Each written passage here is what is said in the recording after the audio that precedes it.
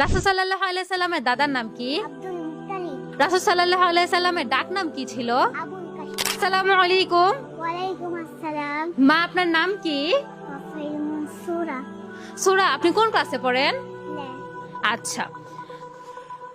রাসূল সাল্লাল্লাহু আলাইহি সাল্লাম কোথায় জন্মগ্রহণ করেন? মক্কায়। রাসূল সাল্লাল্লাহু আলাইহি সাল্লামের পিতার নাম কি? আব্দুল্লাহ। রাসূল সাল্লাল্লাহু আলাইহি সাল্লামের মাতার নাম কি? আমিনা।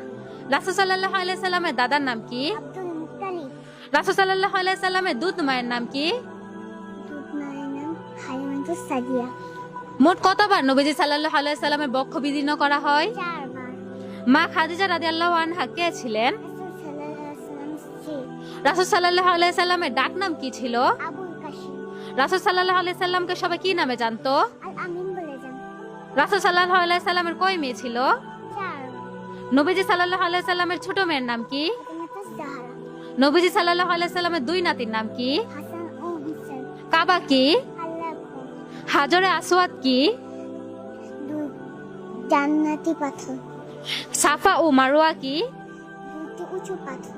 হেরা পর্বতকে কি বলা হয়? জাবালে নুবা আল মুবাহ। কত বছর বয়সে নবীজি সাল্লাল্লাহু আলাইহি সাল্লাম নবুয়ত লাভ করেন? 40 বছর বয়সে। সর্বপ্রথম কোন আয়াত নাজিল হয়? ইকরা বিসমি রাব্বিকা। ওহী নিয়ে কোন ফেরেশতা আসেন?